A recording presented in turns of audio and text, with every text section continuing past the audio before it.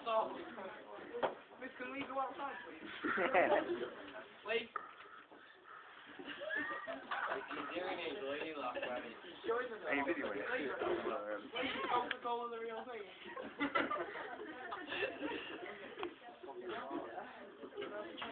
Wait, stop. Okay, well. That's all, eh? We're doing Daniel and the Lion's Den. The story of Daniel and the Lion's Den is one of the most famous biblical stories. The fate of Daniel has been an inspiration to many young people due to his fate as a young man, as he will have only been 15, 17 when he was shown to the lions. So, here is Daniel and the Lion's Den from a different point of view. I'm the lion. It's not been a bad life. I get fed well enough, and then my home is always dry. At the start of the story, Daniel was appointed one of the 3 governors over the kingdom where he lives. It is possible that the kingdom is Babylon.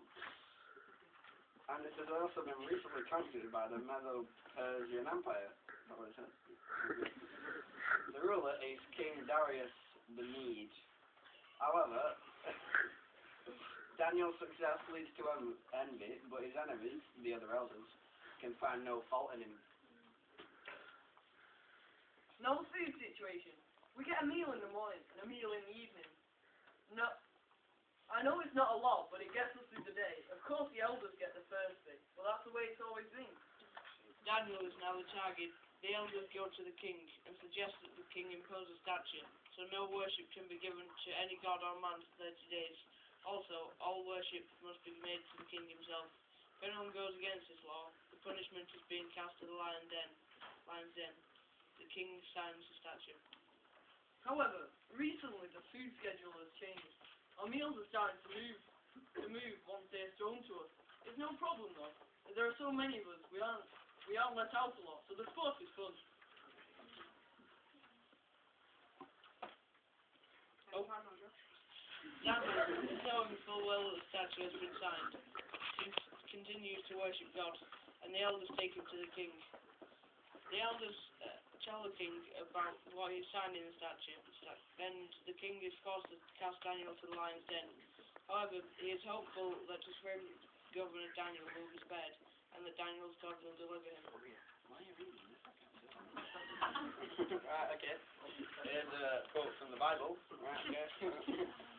Then the king commanded, and they brought Daniel to cast him into the den of the lion. Now the king spoke and said to Daniel, Thy God whom thou servest continuously, he will deliver thee, and that's Daniel 6:16. Daniel 6, chapter. There's a colon on that. Funny thing happened recently. You see, we're all usually starving, and by the time the meat arrives. But there was this one time, and a fellow was thrown in. He looked edible, tasty, but none of us were able to eat him. None of us. I felt like our jaws were jammed closed. So we just settled down and saved him for the morning. While Daniel is in the lion's den, Darius is having a troubled night. He's unable to sleep and he refuses food and entertainment. Once morning arrives, he hurries to the den and finds Daniel still alive. So when we woke up in the morning, he's still there, still edible. But we were tired, as we usually rest before we eat our breakfast. So we left him a bit longer. Our jaws were still clamped. Some of the older lions just went back to sleep. When Daniel sees Darius, he greets him with respect. O king, live forever. Despite what the king has done to him, and he tells Darius how an angel held their lion's mouth closed. Then Darius releases Daniel from the den, and the conspirators and their families are all cast into the lion's den. Finally, we were all really hungry. But our jaws were still clamped shut. It was infuriating. However, once our food had been removed from our den, our jaws were released. Why? We had all been good lions. Why torment us like that? However, soon a lot of meat was thrown in. So in the end, we ended up with a lot more food. We chose to do Daniel and Lion's Den because we feel Daniel showed incredible strength when he chose to continue to pray.